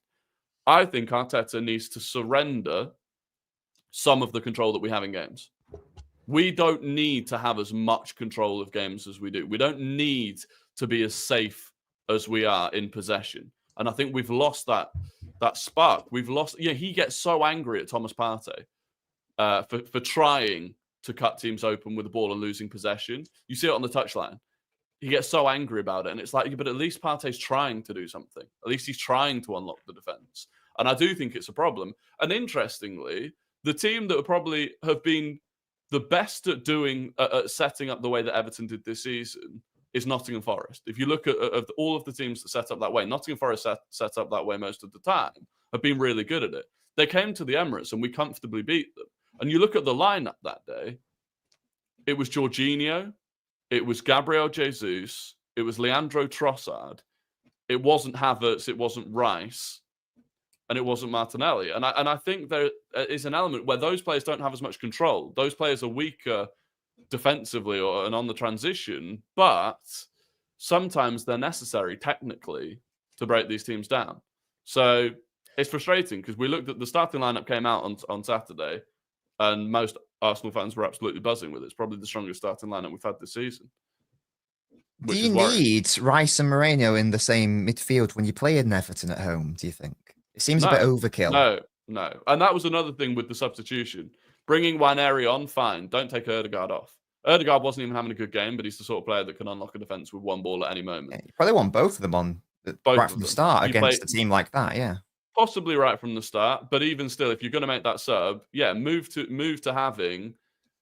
I mean, Rice had to come off at the same time as that he took off Ødegaard because he's struggling, but with like an injury. But bring on Partey, put Partey in the 6, have Nwaneri one side of him, Ødegaard the other side of him, and I think you create a lot more. But again, then you lose a bit of control in the midfield. But I just think you can afford to lose that control when you've got Gabriel, Saliba, Raya, Timber. Do you think the problem is a striker can be solved in January, or you don't think it's a striker? Well, no, this is what part of the thing. I'm not convinced that one single striker solves the problem. How much of the ball did Havertz actually get? Were there chances? Like, Havertz is good at getting into the right areas, and yet we're still struggling to find him. So I'm not convinced that one striker solves the problem. I actually think an elite left winger would solve more of the problem, because you would have to stop focusing on Bukayo Saka's side. I mean, I'm sure you've seen that clip of Saka taking on like 5 Everton players. Yeah. Saka got a rating of 8, and I went and I watched the game again. I watched part of it again. Saka was the only one that was actually playing up to his level. He was the only one. Yeah. But people didn't see that because he didn't get on the score sheet or he didn't get an assist. And it's not because of him. It's because the rest of the team were not up to the standard. And it's sad to see, to be honest. You've taken 5 players out of the game. The other side of the pitch, there should be so much space. But even we're getting the ball out to Martinelli. He's 1-on-1 against a 39-year-old Ashley Young. He's struggling. So that, for me, I think if you bring the issue is, I don't think there are many elite left wingers in the world at the moment. I think the left wing market is quite dry. So I don't know what the solution there is. But yeah, I think that's more. I would go for a left winger before I went for a striker at this point in time. Long term, you need both. But. Yeah, 100%. You need both. Like the Arteta's substitutions were strange. Why was Jorginho on the pitch? What is that reason? Well, Rice had to go off. So Rice has been struggling with some sort of discomfort for a while. Why, in that case, Rice needed to start, I don't know, against Everton. I don't know why Thomas Partey couldn't have started if Rice is struggling. So he went off. Then he brings Jorginho on. Could have been Jorginho or Partey, I guess. Then he takes off Miles Lewis-Skelly, and he moves Timber to left back and Partey at right back, which again gives us less creativity. I don't know. It was. I don't think that I was quite happy that he actually made the substitutions early. Like, we'd made 4 substitutions before the 70th minute. But the Odegaard out was wrong. You don't take. It doesn't matter how bad Odegaard is performing. You just don't take him out. I agree. Put Nwaneri with him. At least you release a little bit of pressure. Yeah. Do you think he's panicking, Arteta, at all? You go to the games. You think on the touchline he's panicking? Not panic. I think he's frustrated. I think he is growing frustrated, and maybe that's leading to him making poor decisions. Do you think he's under pressure at all? No, he's not. He's not under pressure within the club. I think from certain sets of fans, he might be under pressure, but I don't think the club cares. I thought the fans booed the team after the game. A handful. I mean, I was in the stadium. I didn't hear any booing from anywhere around me. So, but I've seen a clip of some minor booing. But yeah, I've seen that clip. It's probably the most, in terms of the fan base. It's probably, the small amount of resentment that I think some fans feel towards him now is the most that there's been in the last probably 3 years. But I don't think. He's losing the Emirates. Give it 6 months and he's gone. No, not at all. I also think, I'm convinced that this team is set up for the Champions League. I think you're more of a cup team than a league team now. Yeah, not even a cup team, but we're more of a team that will do well against better opposition at this point. Like, you look at the way Monaco came to the Emirates, or the way we went away to Sporting. I think we're more set up for that than we are currently to beat. It's like Arteta's lost. I might not use the right words here, but it's like he's lost the confidence in his team to. I think certain results have scarred him, and that is why he is so desperate for control. But I think that's actually hurting us. Yeah, you can have too much control against these teams. These teams don't want the ball. These teams don't want to be given the opportunity to go forward. These teams want to hold a structure. That's all Everton wanted. I mean, Everton had 2 shots and none of them on target. Like, Everton didn't want to score. Everton just wanted to not concede. Yeah, 100%. And the problem is, when you have too much control, you give them confidence because they're not having to move. If anything, you're tiring yourself out more because you're the ones trying to shuttle everywhere. Everton just sat in a shape. Everton were waiting for you to cross it because they'll head it away. They were waiting for you to put a hopeful ball in the box because they'll clear it. There is an element of you need to give them the ball and trust your pressing and trust your transition play to get through these sort of teams. I think the Premier League's a lot different in that sense. I agree. It's not a case of just put the crosses in when you're against a low block. You've got to break the low block in ways, and I feel like the most effective way to do that at the minute is by bringing it out, turn it from a low block to a mid block, and then all of a sudden you've got the space in behind, which is where teams can capitalise. Yeah, on the handful of occasions that Everton did commit any men forwards, and we could move the ball quickly on the transition, we didn't because we're too scared of giving the ball straight back to them. But it's like, I don't care if you give the ball straight back to them. Let them attack again, and then it'll, like, instead of doing that, we work the ball out a little bit, and then someone dwells on it, turns around, knocks it backwards, and before you know it, Everton is straight back into position again.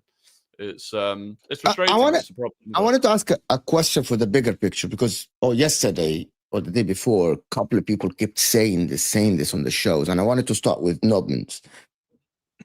Are the players not good for Arsenal and Arteta's getting the best out of them?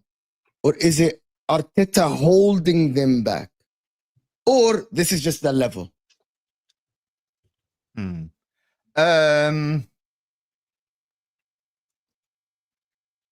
Thinking. I think that there has been a regression, in my view, since a couple of years ago. I know that 22-23 didn't end well for Arsenal. And, I know the second half of the season wasn't as strong as the first. But I sort of put that down to more like the fact that this was like a newish team, very young, lack of experience. It's perfectly fine for them to not win the title that season, and it's understandable why they didn't win it that season towards the end, and why it ultimately fell apart because lack of experience, etc. But I feel like a baby has been thrown out with the bathwater to an extent by Arteta.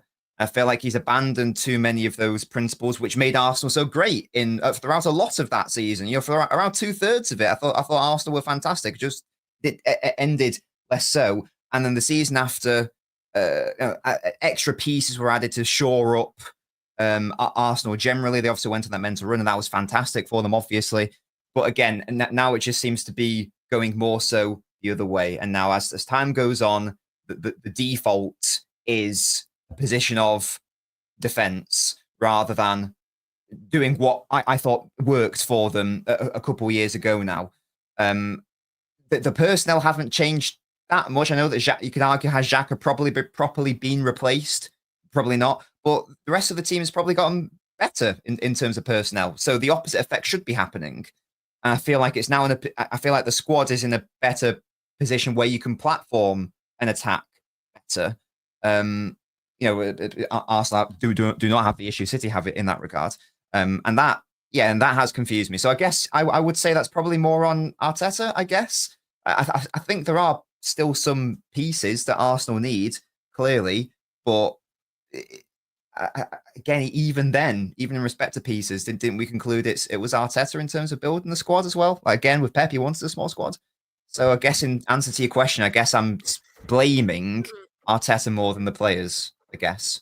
I feel like the worry for Arsenal fans would be, I mean, Rory can correct me if I'm wrong, but all I'm seeing from the stories is Arteta's going to get his choice for the director of football, which to me seems counterintuitive because the director of football sits above the manager in the structure.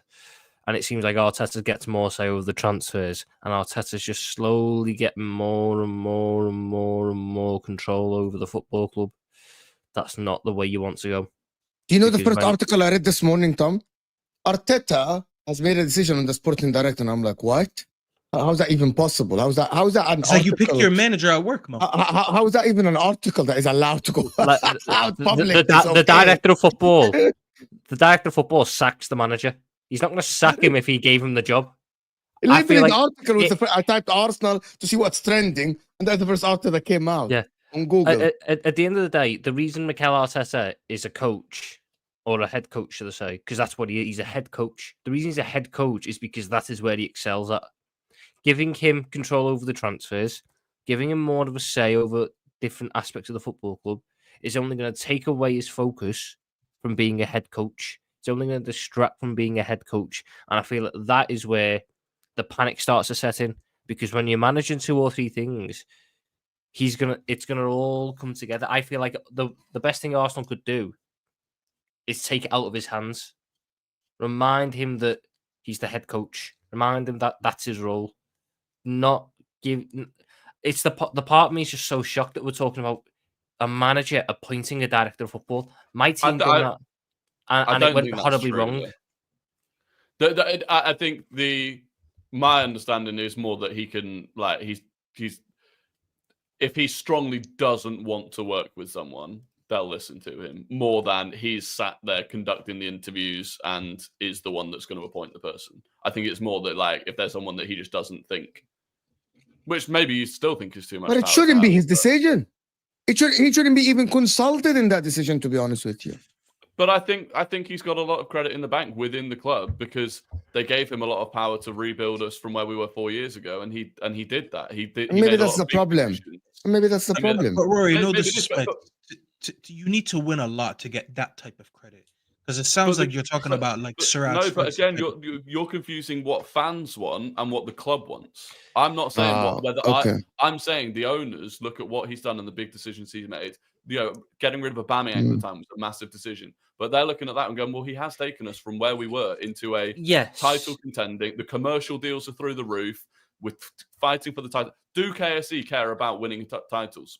I don't know. I don't know if they ever have. Do they care about fighting for titles, being in the top 4, massive commercial deals? Yes, that's exactly what they care about.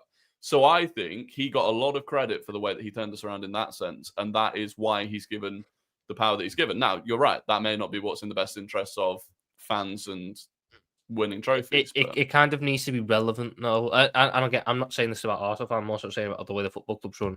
Arteta has credit in the bank because he's got a good catalogue of work, but that catalogue of work isn't exactly relevant to the next step that Arsenal needs to take. So he shouldn't have the power or control over it, because there's no catalogue of work to showcase that it works there. I don't like managers running football clubs nowadays.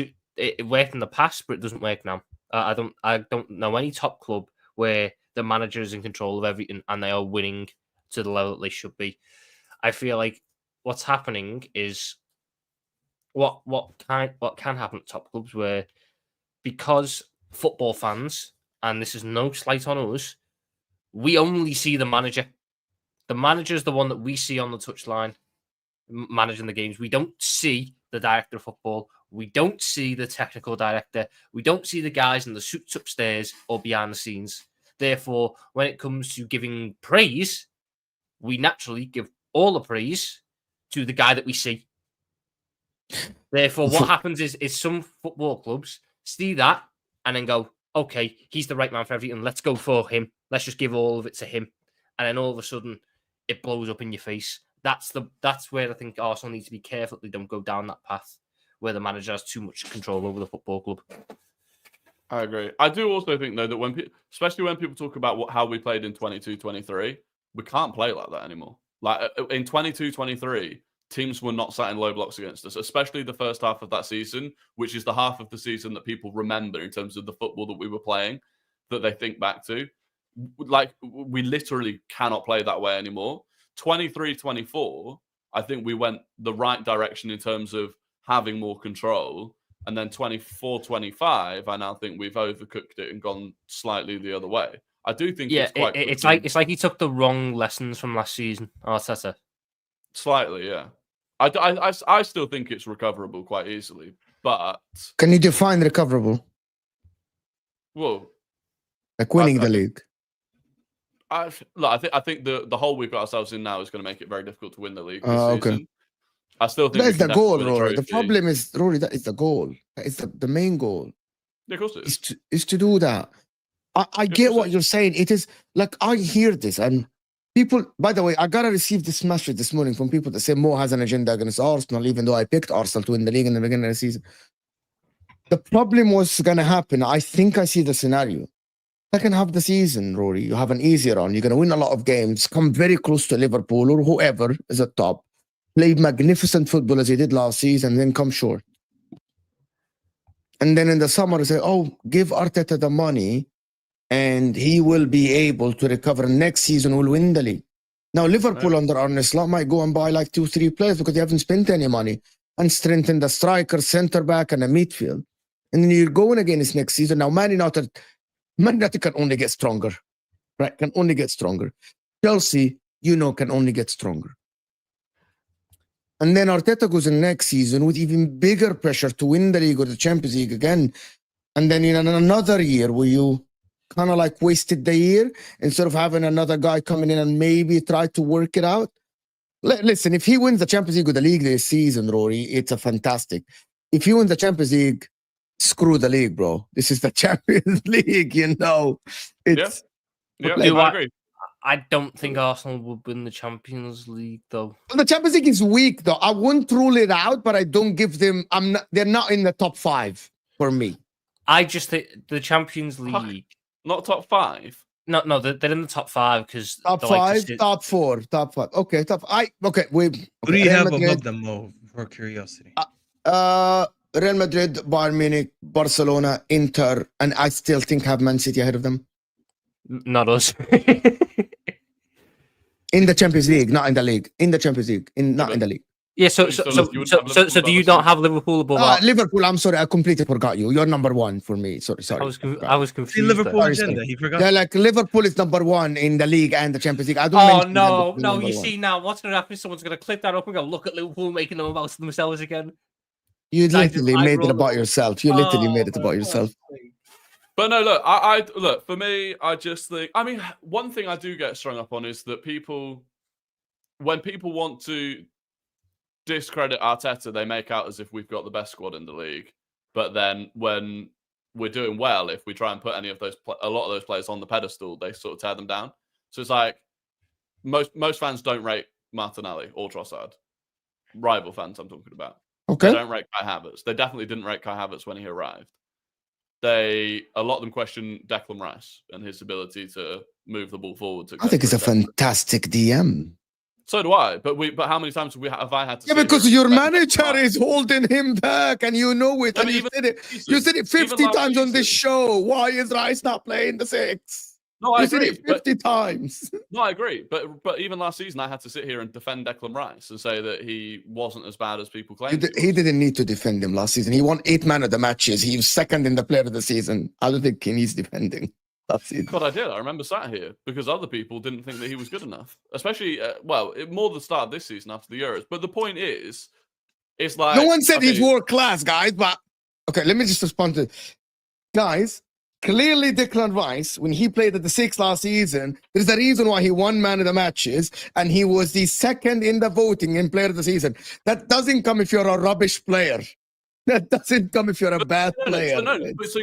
So this is my point. And looking at the comments now, the same people that are saying Arteta isn't good enough are also talking about, lol, you think Havertz is good? You're not close to having the best squad? Okay, so if we're lacking all of these things... And you're challenging, Arteta's the greatest manager on earth. Not the greatest manager on earth, but it's like but you're expecting another manager to come in, take over this group of players that you don't think are good enough to win a league, and win the league. Which, fair enough. If you think there's a manager out there that's going to do that, then fine. But I find it for the people that think both, the people that shit on our players and shit on the manager. Then how do you explain back-to-back, title races and still being third in the league at least this season? I don't know. I find it difficult. It's crazy, yeah. It's crazy sometimes. Becca, thank you so much. Hey Mo, how are you all? We're doing great. I'm doing great. I'm having a good day. I have a great day. Inter play Lazio later. I'm doing a watch along, and that would be hilarious, of course, for the viewers. It'll be absolutely hilarious. And we're playing Lazio away. We're playing Lazio away. So be there, people. That guy is saying Saka surely has to leave if Arsenal don't win the Premier League or the Champions League. Do you know why that guy is saying that? No. Did I ask you last Friday? Yeah, well, we've spoken about this already, and why I don't like. He'd be the last one to leave if we don't win things, but it'll happen at some point, probably. If we don't win anything, that's what it is. Well, Staffy never said anything about Arsenal, and we're not blessed to have just him here all the time. Listen, every time I speak about Arsenal, people get upset anyway. So that's like me with Chelsea. That's what you do with every club, bro. Arsenal fans don't like you. Chelsea fans don't like you. Man City fans don't like you. Even don't like it because Sam says that you speak a lot of shit. So United fans don't have much of an issue with me, surprisingly. I don't have an issue with Tom, to be fair. But I mean, no. Listen, I just wanted to hear what Rory wanted to say. I understand the frustrations, though. At the end of the day, you have to look at it like this. It's his 5th year. The brand of football has regressed from what it originally was. For one reason or another. I mean, I think Rory did a good job explaining a lot of things, explaining the different styles, explaining why they probably can't play the same way they played over a couple years ago, because teams don't set up against Arsenal right now the way they did a couple years ago. But at the end of the day, you do have to understand that the average fan doesn't really look into depth like the way you explained it. They're just seeing a manager who's been here for this amount of years, and this is the brand of football that they're watching, so it's not even enjoyable. They're seeing that the trophy cabinet has not been full over the last 5 years, so they don't have a lot to celebrate. And they're just looking at their future. And I'll be honest with you, if I'm an Arsenal fan right now, I would be worried if Slot or Maresca win a league before my manager, because now I look stupid for backing this when someone else came in a shorter amount of time and won it. These are the things that I'm not debunking what you said, but these are the facts that we're dealing with. And as I said, that's what the average fan is saying. You go to games, Rory, and I'm pretty sure when you speak to some fans, some of them probably don't look into football the way you do. They don't look at it in the same level. They don't try to kind of look at it more in depth. As Rory, it's mainstream media now. Rory is Sky Sports mainstream media now. Yeah. I mean, good for I honestly don't know, but good for you. It's a joke. It's a joke. I've watched your content for a while, so I kind of know the type of football fan that you are and the way you like to speak about the game. But it doesn't take away that, as I said, the average fan is looking at some of the things that I just named, and they're not happy with it. Do I think, by the way, if you sack Arteta, do you win the league? I don't think so. I think it's probably a year or two too late to kind of sack Arteta and continue the build and be like, no, let's go this way with another manager because we have a decent base. I feel like he's gone too far into his own identity versus what another manager would do, to the point that if you sack a manager now and you hire someone else, I don't think you win the league. However, not this if he doesn't season, win though. the- It's very hard this season, but of course, this season, but even But next this season season, is- though, like I feel like no, I if disagree you- with you completely. I've Okay, seen so let me managers tell you turn it why, though. around. So let me tell you why, and I'll let you debunk me.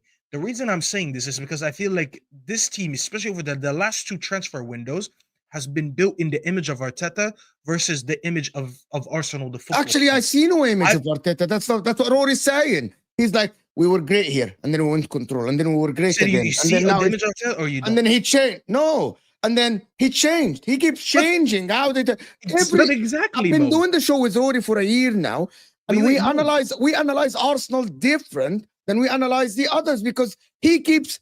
Oh, this one was good, and the lineup screamed small passes, and then this lineup didn't scream that. This lineup is so quick. This lineup is too slow. This defense goes in the fullback, and then he changes. And like for example, Rory's like, it's very obvious. We need Timber next to Saka. And then the next game, he changed it. And now Saka is a touchline winger instead of a guy inside.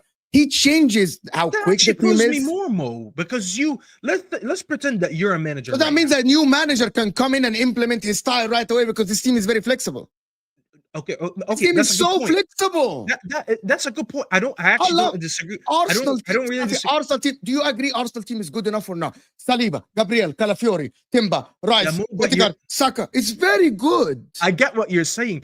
I'm not saying another manager comes in and he struggles with this team. When I talk about a team being built in the image of this manager, you just named a few things that actually make my point even better. The first couple years of Arteta, the recruitment looks a lot different than the last 2 years, as an example. I felt like in the first couple years, his profiles were a little bit more technical players, a little bit shorter, lower center of gravity, better passing ability. You look at the last couple seasons, I'm seeing the likes of Marino. I'm seeing the likes of Calafiori. I'm seeing more players that are being brought in, Havertz, that are more of like that tall physical build. And I see that along the way, for one reason or another, I'm not justifying or saying he should have done that, but I'm seeing that he slowly went away from one ideology to the other. Yeah. And that's why I'm saying that is more in the image of the manager. Because if I was an attacking coach and all of a sudden I decide I want to have a defensive mindset and I'm building the team towards that, that means that the team was built towards what I want to do versus what we think the image should be. Because you can look at Man City as an example. Over the last few years, you could have replaced Arteta with another manager that wants to play that style of fluid football, tiki-taka, all that, and he kind of fits what the team is building. I don't think the team that Arteta built right now, I'm not saying it's bad for the next manager, but I just don't think it's like the best thing for the next one. Like, who wants Havertz in this next team? I don't think a lot of people do. You know what I'm saying? And that's probably the biggest thing. Who wants Martinelli in the next team? I don't think a lot of people do.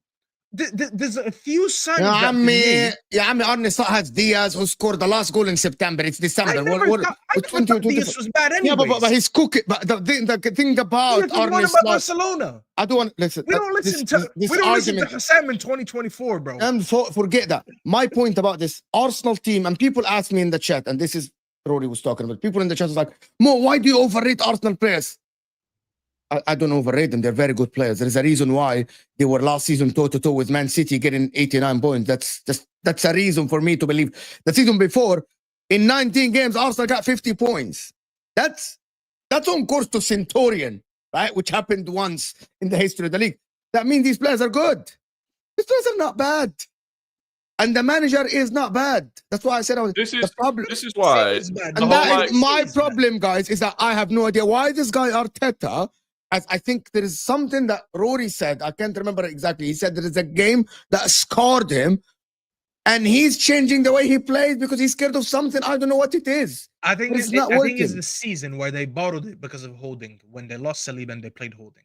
I think that season he looked at the amount of goals they conceded, and he was like, you know what? I don't want to be this team. I know that Rory wants to talk, but I'm going to add one point, Rory. Last season, Arsenal were magnificent in the second half of the season. I cannot put it in another word. Magnificent, right? The way they played, the way they controlled game, and also were so quick. The way you scored goal. By the way, that West Ham game that you lost, you missed 5 clear-cut chances because Gabriel Jesus decided to be a bozo, right? You remember that game? That Aston Villa game, maybe is that one. Maybe Aston Villa game. But the rest of the game, 17 out of the 18 games, you were amazing, right? Mm-hmm.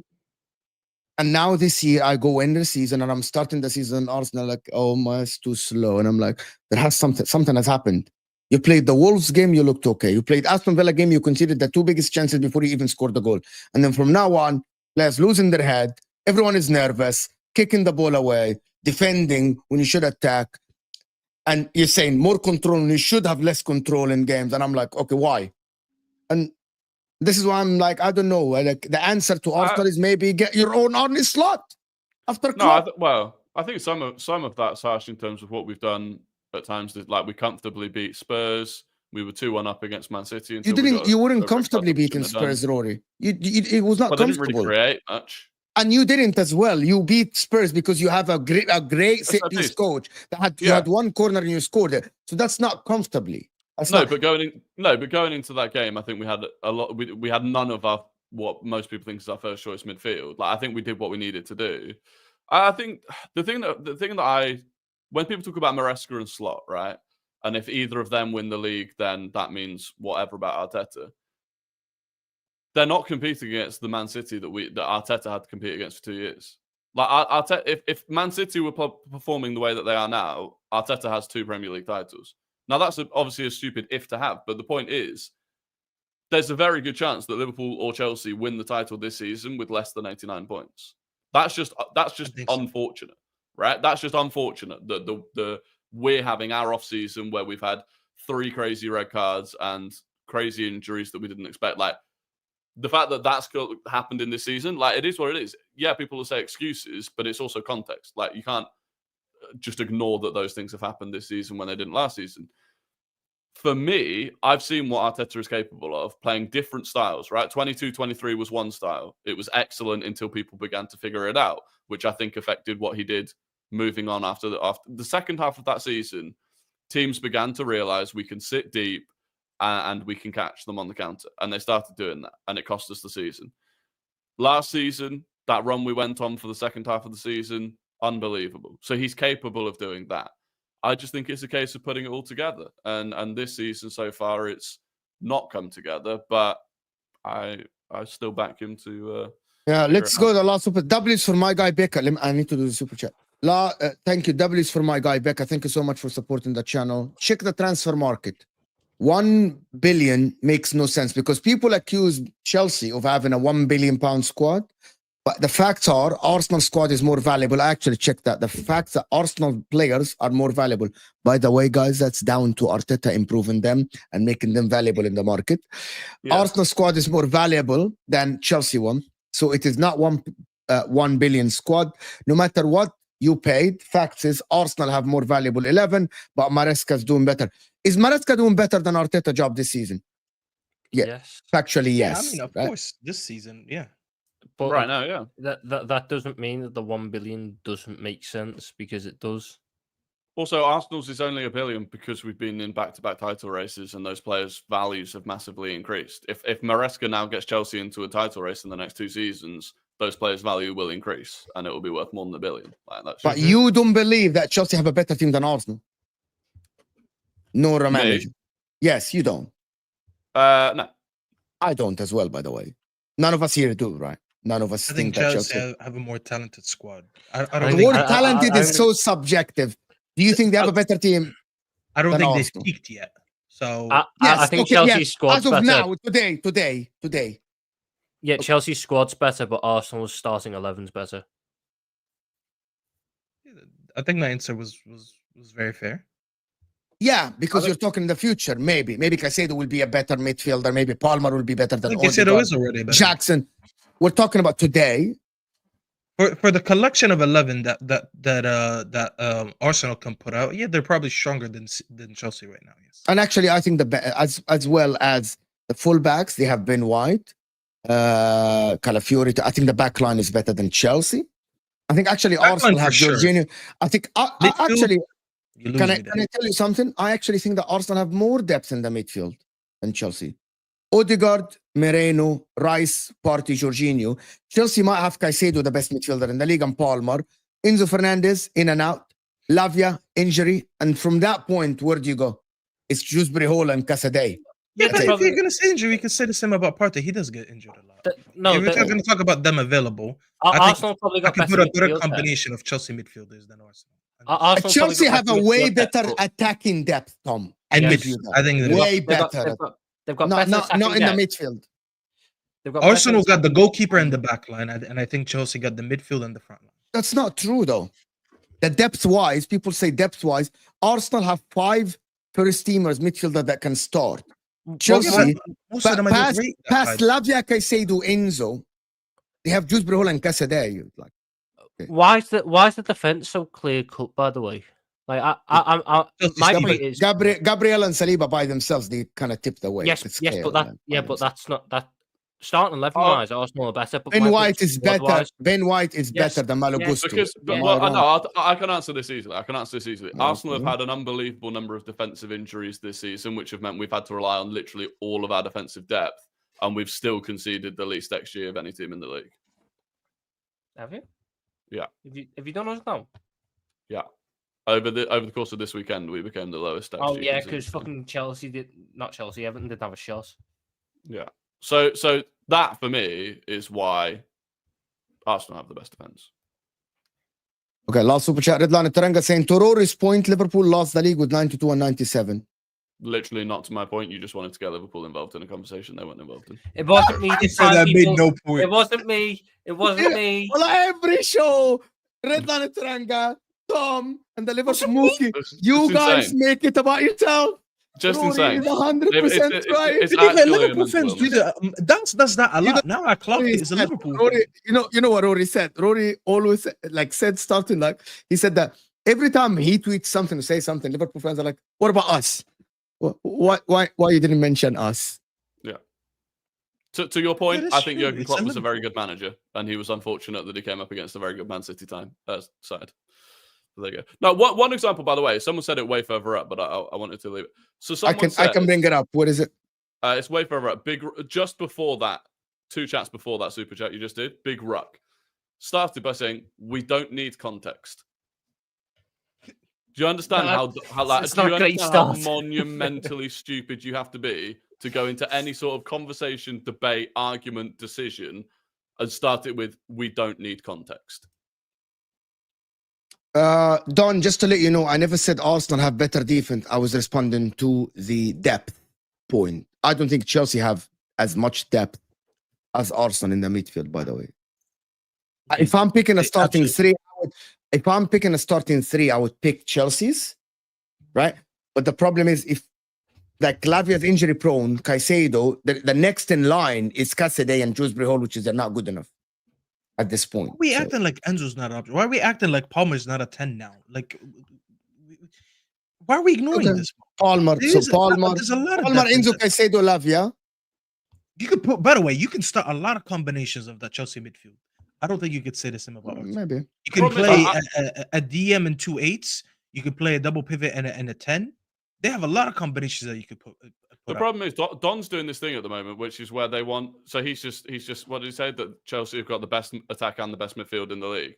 But they're doing this thing where they want all of the praise for all. Like they want all the praise, but then none of the expectation. Vega is not a midfielder because if we go there, I can say Timber can play a midfielder. He's better than Vega, though. So I can just go on and on and on. If we're gonna start doing this, I can go on and say Vega can play in the midfield. So it's very simple, Don. I can do that. Anyway, Don, I don't want to go into an argument. Baker saying, let me ask you, each of you, who have potential to win Ballon d'Or from Arsenal and Chelsea? Who would come into your mind? First one, quickly. Saka and Palmer, right? Would be the two. One from each team. Staffy? I don't know why my team is not here. I wanted to say Amad Diallo, the Black Messi, but there we go. Amad Diallo Ballon d'Or. Have some shame. Can you answer that super chat, please? Yanni, let's be honest. This question. Can you answer the super chat so we can move on and win the show? From these, Chelsea. The guy asked about Chelsea and Arsenal. He didn't mention 13th place Man United. I wanted to do a Tom and bring my team into this. I can't. He's literally doing oh my god! What did you say? Can we do Palmer or Saka? But Saka, I'm not gonna lie. I don't see Saka winning a Ballon d'Or playing for Arsenal. I really don't. I'm sorry. But you see Palmer winning Ballon d'Or playing for Chelsea? Palmer first? Yeah, of course. All right, Tom. I've seen. Listen, I've seen a lot of great players Saka and play Palmer for for me, to Chelsea be and honest. finish in top 3 in the Ballon And d'Or. I have another. I can't remember the last one for us, and it was probably Thierry Henry. I don't see Caicedo winning a Ballon d'Or, to be honest, because he plays for Ecuador. But if Caicedo was a Brazilian or something, he might have. I'll be honest, the guy I see most likely winning a Ballon d'Or from either of those two teams is Saliba. I would have said that, but centre back's so difficult. Yeah, but Very all he needs is a World Cup win. But He'll get a Cannavaro type Ballon d'Or where if he's the Exactly, starting but you centre know back how and France win difficult an that is to international happen, Tom? tournament. you know how difficult that is to happen. That's why I didn't say that. I don't think that's less likely than Saka winning the Ballon d'Or or Palmer winning the Ballon d'Or, because the problem with those two is that they'll probably end up being good at the same time. They'll take votes from each other. The thing is, but Saliba would have to tie the World Cup win into a year that he won a Champions League. Yes, there's no way, which is very hard. If another team won the Champions League, did Cannavaro win the Champions League in 06? I think that ship has sailed. Can't remember, but no, he didn't. He didn't. No, because he actually got relegated. He actually got relegated. Yeah, like he got that Ballon d'Or off of a World Cup win. And how good he was moving towards to Real Madrid. I think if Saliba I promised you he won Ballon d'Or because the move to Real Madrid happened and it was a PR. Yeah. He went to Real Madrid right? that same summer. If France win the World Cup, that means Kylian Mbappe wins the World Cup. That means a Real Madrid attacker who may or is more likely to have also won La Liga that year or the Champions League that year. I just think if Saliba is France's starting centre back as they win a major international tournament and he's able to tie that in with a major trophy win, he'll win it. Yeah. Whereas I don't think the same can be said for. I actually have another say. I don't think France win the World Cup anytime soon, but that's different. That's different. Listen, people. When England win it, Bukayo Saka wins it. Yes, and you win the league or something. If Ahmed was French, but he's not. Yeah. Guys, before we go on, Rory's going live today at 6:30. Tom actually went live before the show. Honestly, I have the notification bell on for your channel, so I knew you went live. So go and entirely new little setup as well. You can watch it and see how I set it up. Guys, go check Tom, Rory as well, and also just wanna plug in Rory's TikTok and Instagram. Rory talks football on TikTok. Fantastic content if you enjoy the content. And Staffy TV. Joining us for the first or the second time on the National League. Great appearance, great show with Staffy. Of course, go and check out Staffy TV. American Waffle today, tomorrow? Tonight, yeah. Tonight. Midnight UK time. That's 7 p.m. Eastern time here. Midnight UK time, American Waffle. We always go, guys, and check them out Monday. I want to thank everyone. This will take you to Hussam when he's talking title race and he's finally putting his chest out to say that they're favorites. And I will see you guys soon. Stay here. Don't go anywhere. Is he fuck? You think he's going to miss out on a chance to be left in the tree again? No animal analogies? Guys, yes. Anyway, I'm gonna end this here. Yesterday, I asked him, did Chelsea have a bigger chance of winning the league against Arsenal? He said yes. So I asked him that you must be favorites at this time because you have a bigger chance than Chelsea. He's like, I decline to answer. We're moving on. We'll see you guys soon. We're out of here, people.